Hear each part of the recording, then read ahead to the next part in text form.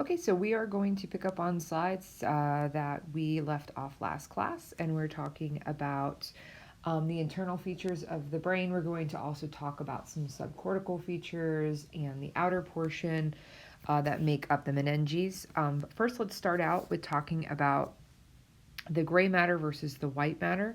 So, generally speaking, if you look at the two tissue colors in a typical brain, of course, it's when it's preserved, it starts to turn a kind of a grayish color. But when it is sort of a fresh live brain, it's a pinkish color.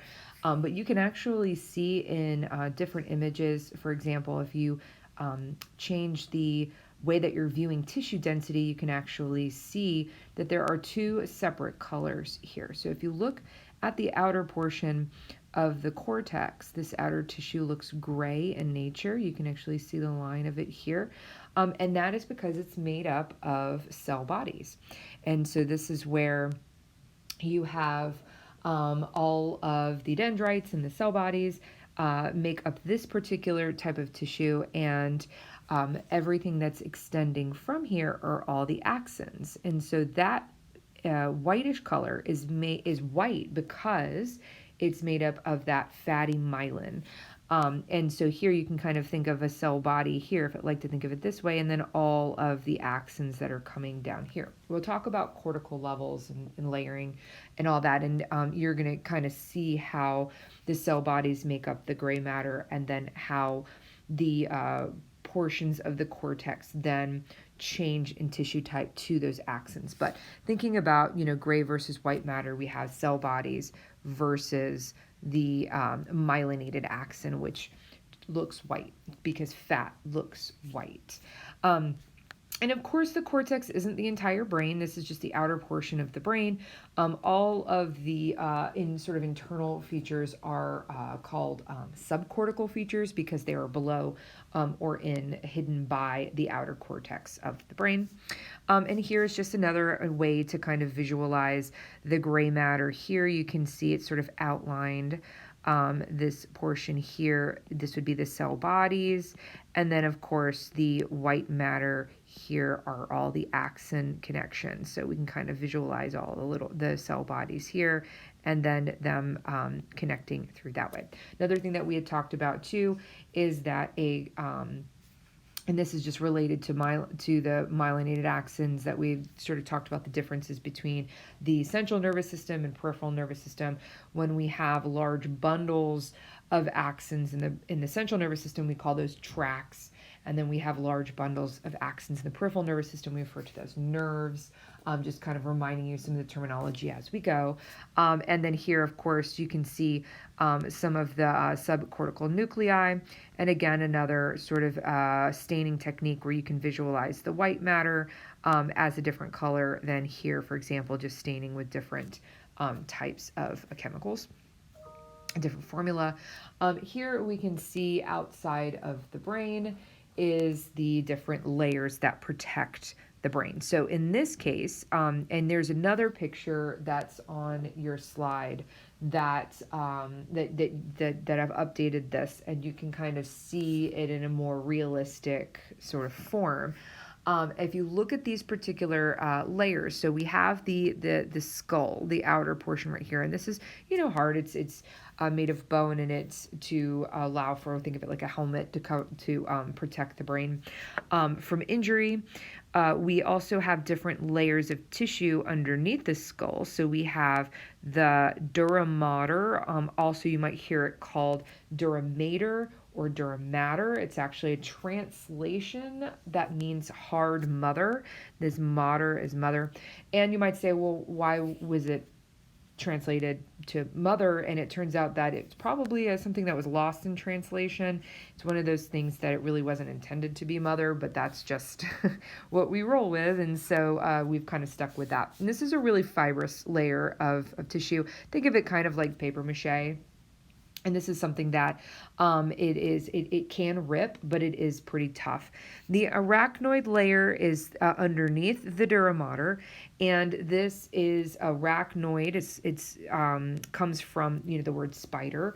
Think of it like a web. This is all webbed sort of material. and it's very delicate, and this connective tissue has cerebrospinal fluid that's all kind of in between all of those webbings. And then finally you have the pia mater, again another translation from mother, means soft mother. This is, think of it as like cling wrap. It's sort of on the surface of the brain. It's a relatively tough layer, but you can rip it. It clings to the surface of the brain, and again, all throughout here is cerebrospinal fluid. These layers here make up, so the dura mater, arachnoid layer, pia mater, all make up the meninges.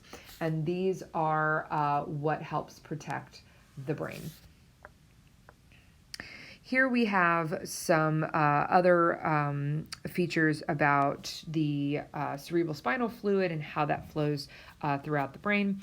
This is important because it allows the brain to absorb shock. We've also talked a little bit about the waste removal system that happens during sleep that we talked about, potentially being related to Alzheimer's. So I'm not going to go into that as well, but I just wanted to kind of bring the major points here. So cerebrospinal fluid is made up of sodium chloride and other salts. Here you can see at the plexus, here this is lined with those cells that are producing the cerebrospinal fluid and maintaining that as well. And then here at the arachnoid villi, you can see that it gets reabsorbed and circulates through the brain. And then another sort of thing to think about here is that if these become infected, if these meningeal layers become infected in the cerebrospinal fluid, you have a viral or bacterial infection, and we actually refer to this as meningitis. And so that is one of those more dangerous things that you do have to kind of think about, look out for. One key factor is if you feel like you have a really terrible flu and you just feel really, really bad and you can't touch your chin to your chest, or if you can't normally touch your chin to your chest, but you have a especially hard time doing it, it may indicate that you have meningitis because of the inflammation that goes along with it. So if that is the case, then you definitely want to make sure you go and see a doctor. Here's just another sort of schematic of the different ventricles. Remember, these are filled with the cerebrospinal fluid. We have a left ventricle. We have a right lateral ventricle. So we have bilateral ventricles here. And we have a fourth ventricle that kind of is in the middle part here, and then the third ventricle in the middle part here. We also have an aqueduct here, a cerebral aqueduct. And if something happens and you have not developed a large enough cerebral aqueduct, you can actually cause a condition called hydrocephalus, which this cerebrospinal fluid gets backed up, and it will actually cause the brain to be larger and the head to be larger. Hydrocephalus sort of translates to water on the brain. And what you essentially do is you can have a surgery where you have basically reroute this this accumulation of fluid that comes from a small aqueduct into the peritoneal area around the abdomen, and that can help reduce the pressure on the brain because the brain doesn't have anywhere to go if it's filling with fluid and fluid's backed up. As we can see here, that fluid is all around the meninges and all flowing within the brain, and so it's really important that we have a proper system to process the fluid. Okay, and then moving on to the arterial system. So we have carotid arteries, which are the major arteries to the brain. We have in here the purplish part. This is the anterior cerebral artery.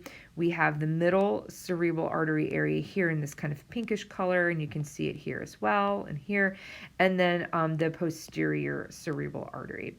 And those, the vertebral arteries, those enter the skull, and that is what is going to form the basilar artery, which we have right here, which is a nice visualization right here and right here. And that's going to give rise to these posterior cerebral arteries. You might have heard of the middle cerebral arteries because it is a place where people tend to have a stroke. You might have heard of a MCA, or a middle cerebral artery stroke. And that means that it occurred in this area here. What is especially important in this area, there's a couple of language, especially in the left. So if you're looking at the left hemisphere, you can see that it encompasses quite a large area. There are some language areas in the left middle cerebral artery area that if damaged, you can see, for example, aphasia, which is, let me write it right here, where, oh, it's disappearing, oh no, here we go. Aphasia, which is a speech, a language disorder where you might have difficulties understanding, comprehending language or producing language, and depending on where it's located in the middle cerebral area could predict the kinds of speech or language issues. And because we have speech in the left part of our brain, the left hemisphere, we typically see this in the left damage as opposed to right damage.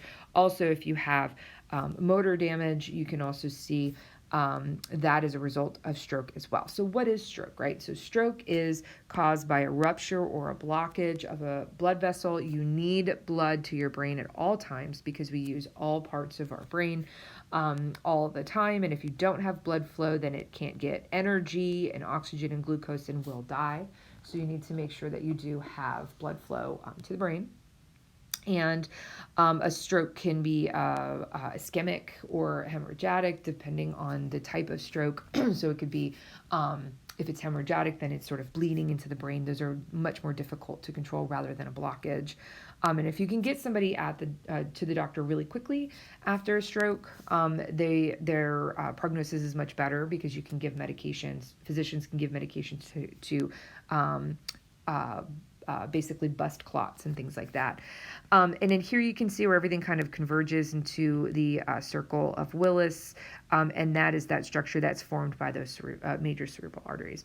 We're also going to talk more about the blood-brain barrier later on, but what you really need to know about it is the fact that it's important to block any large molecules, and a lot of people don't realize that some large molecules we may be talking about are things like dopamine. You can't just give somebody dopamine. You would have to give them L-DOPA, which is a precursor to dopamine, so that people can actually make more dopamine. The blood-brain barrier is a really good thing because it allows us to protect the brain, and so we don't let just anything in because it could be toxic. And so that is actually, the barrier is made up of capillaries that are really, really tight, close together, that don't allow those large molecules to come in. And so thinking about the different kinds of techniques and what is it that we can do and understand to understand function better, right? So we know that there are variations in the types of neurons that we have. They are composed in different sort of places. They also look different. The cellular structure is different. And so that must mean that these kinds of cells all have different functions if they're shaped differently and they're located in different places.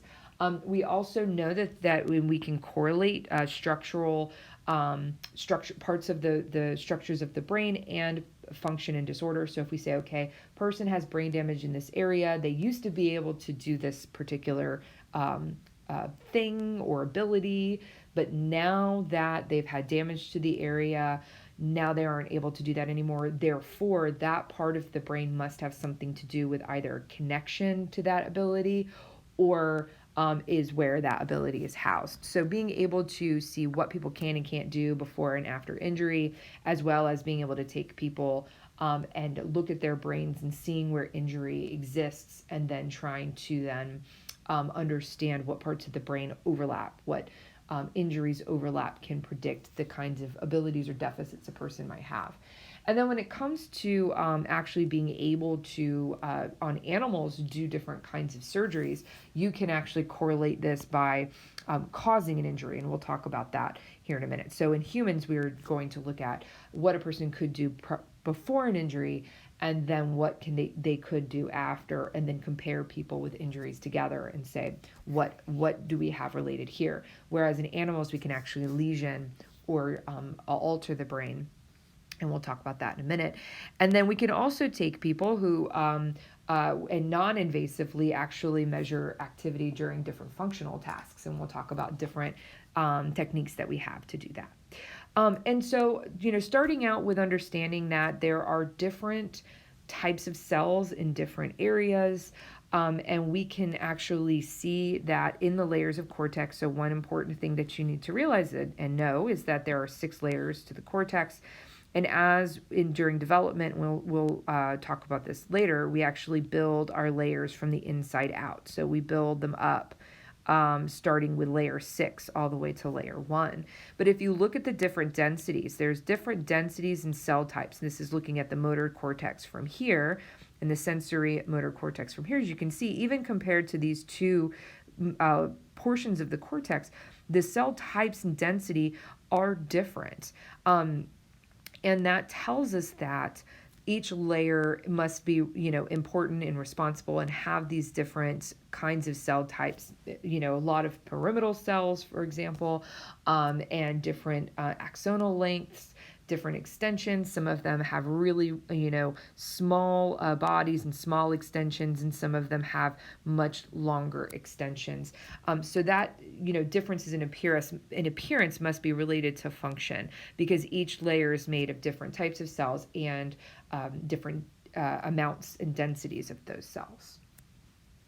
And of course, we can look at different kinds of mapping techniques. So for example, if we look at, this is an example of Brodmann's map, which we still use today. Some of these features, especially if you do MRI, you might be familiar with this coloring of the map. You can actually buy different atlases, and you can buy a Brodmann map, or you can buy a Talairac map, and look at different slices of the brain, and then where these different sections, how far they extend, and different orientations of the brain. And what this is, in the case of Brodmann's, is 52 distinct areas based off of different cellular structure.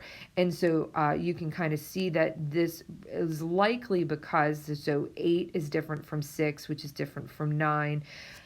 It's very, plausible that looking at this kind of organization and structure, you can argue that, well, that since 8 is different from 6, which is different from 9, the different kinds of cells that we see here, a different density of cells, that must mean that these different areas of the brain have different functions. Because why not? Why not just have all the same cell types and all the same cell densities? So we do know that, looking at function and mapping that is an important feature. And of course, mapping that can mean using animals, but also using human brains.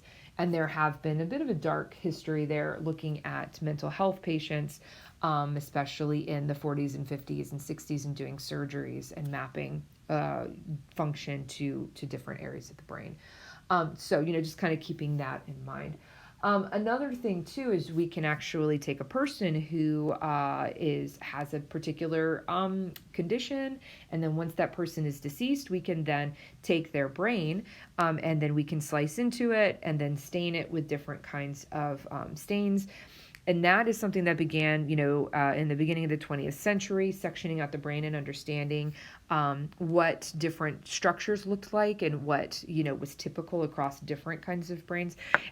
Doing this postmortem analysis of brain tissue, comparing a person who was healthy versus a person who had a particular deficit. This is where we understand where Parkinson's came from. So James Parkinson was a physician.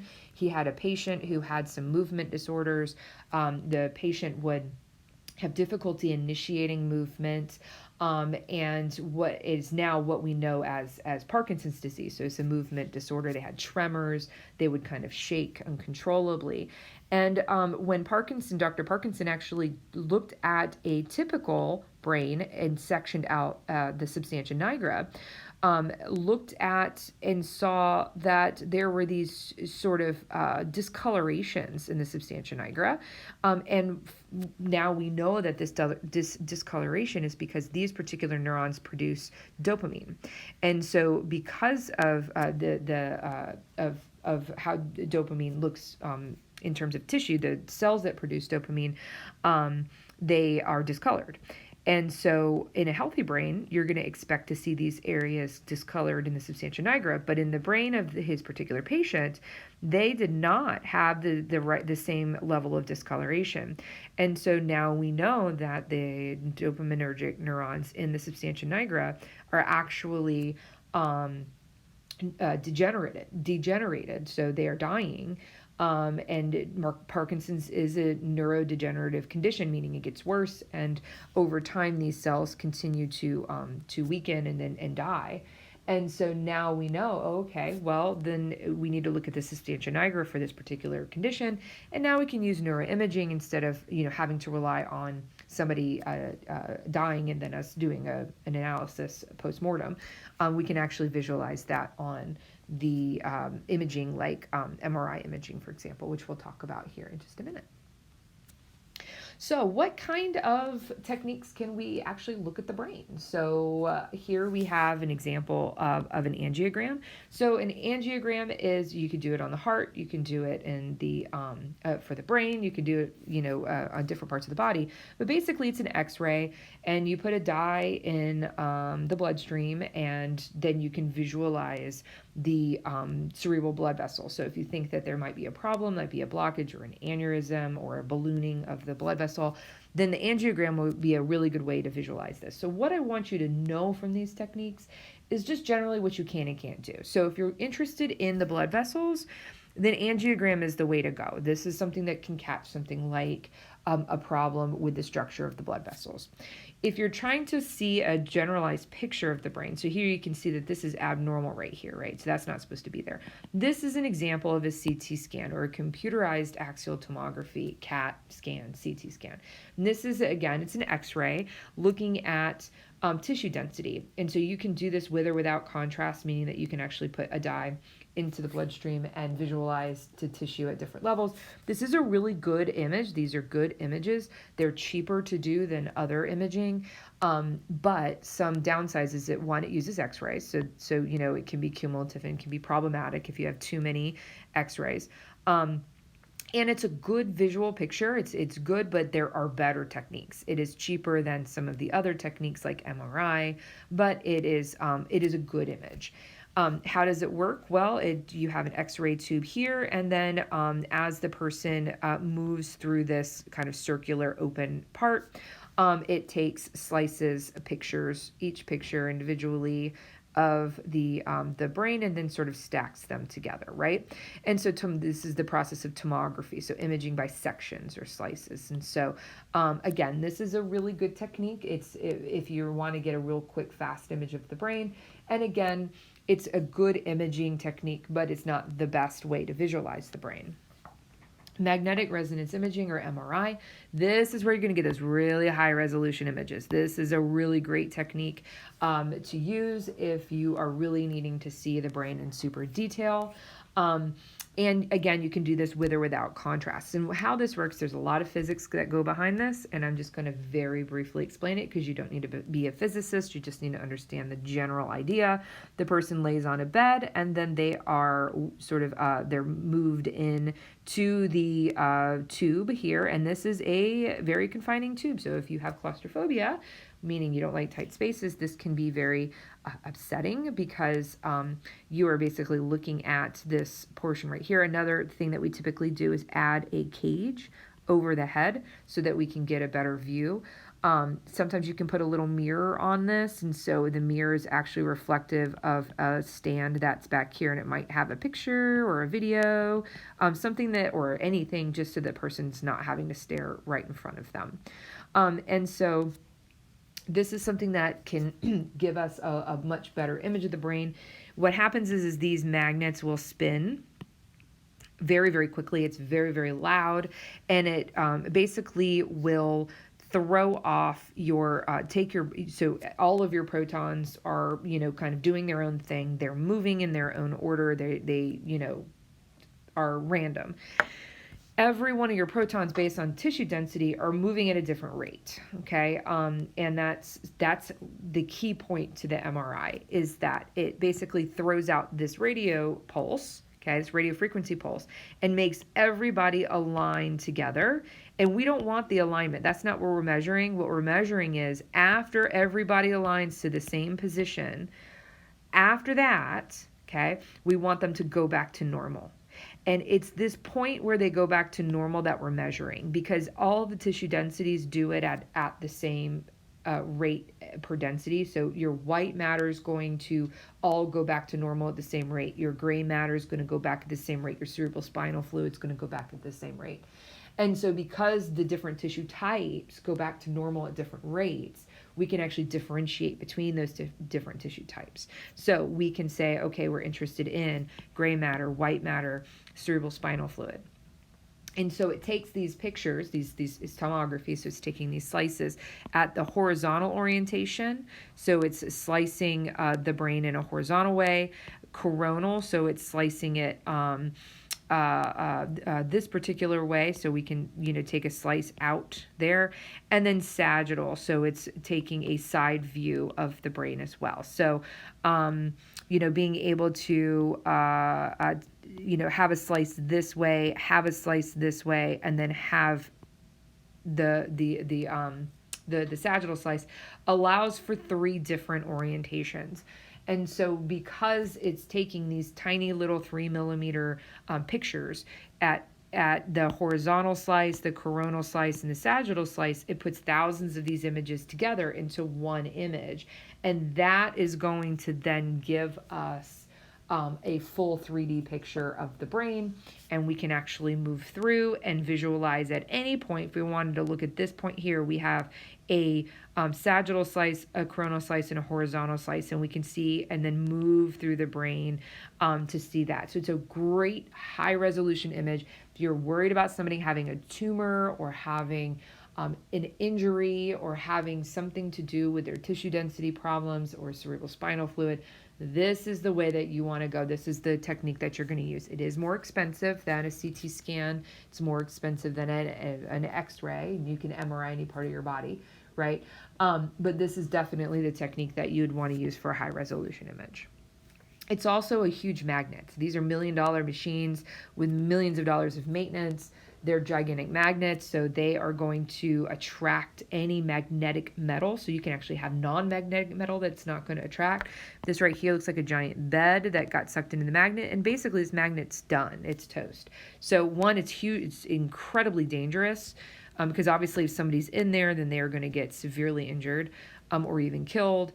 But also, if you have to turn one of these $1 million machines off, you can't just turn it right back on again. This is a whole process. If you have a chair with metal on it, most of our magnets will have a wooden chair in the room or a wheelchair that doesn't have magnetic metal on it, so that it doesn't get just zipped right back into the machine. And again, this is going to destroy the machine. Anything that could, impale somebody could be a major problem. Again, anything that's magnetic, that is going to then just zoom right into this magnet, because it is a very high powerful magnet. Even when it's not like turning, it's very loud and it's banging. Even when it's not currently taking images, it's on, and so it will it magnetize. Another technique is called diffusion tensor imaging, DTI, and you can use an MRI to do this. Basically put the person in the MRI and run a different series of scans, and then later you can run an analysis based off of fractional anisotropy, which is basically looking at water molecules. And so you can look at those white matter tracts. Remember, a collection of axons in the brain and in the central nervous system is called a tract, and the peripheral nervous system, a bundle of axons, is called a nerve. But basically, DTI is an analysis where you can look at the fiber pathways, because the fibers hold water molecules differently than other cell types. And so it can give you a really cool image of, for example, the corpus callosum or other tracts that are running through the brain, and you can get an idea of where those axons extend to. So really neat way to visualize the brain, but of course it's something that you do need a special analysis for. looking at the different kinds of things that you can actually visualize. So all of these are examples where it's an actual brain. That's somebody that is deceased, and these are not pictures from like CT or MRI. These are actual brains here, with the exception of this one here. These are here you can see that there's like obviously an invasive tumor here that's coming into the ventricle area. This is what the ventricle should look like, and here it's actually invaded in this area. This is a vascular disorder, could have been a stroke or some kind of blood clot or heart cardiovascular disease. And here is the missing tissue, and because this tissue lost blood flow, it is gone. It is atrophied. So when the person was alive, this was filled with cerebrospinal fluid, because that's what sort of takes up the spaces. Here you can see a degenerative condition. You can see that the sulci here and here are much larger. These valleys are really spaced very, very heavily, and that's not something that you want to see. Again, this all fills with cerebrospinal fluid. Also, the color looks different, and the frontal lobe has atrophied and shrunk. So then you can tell that that's a degenerative condition or potentially an infectious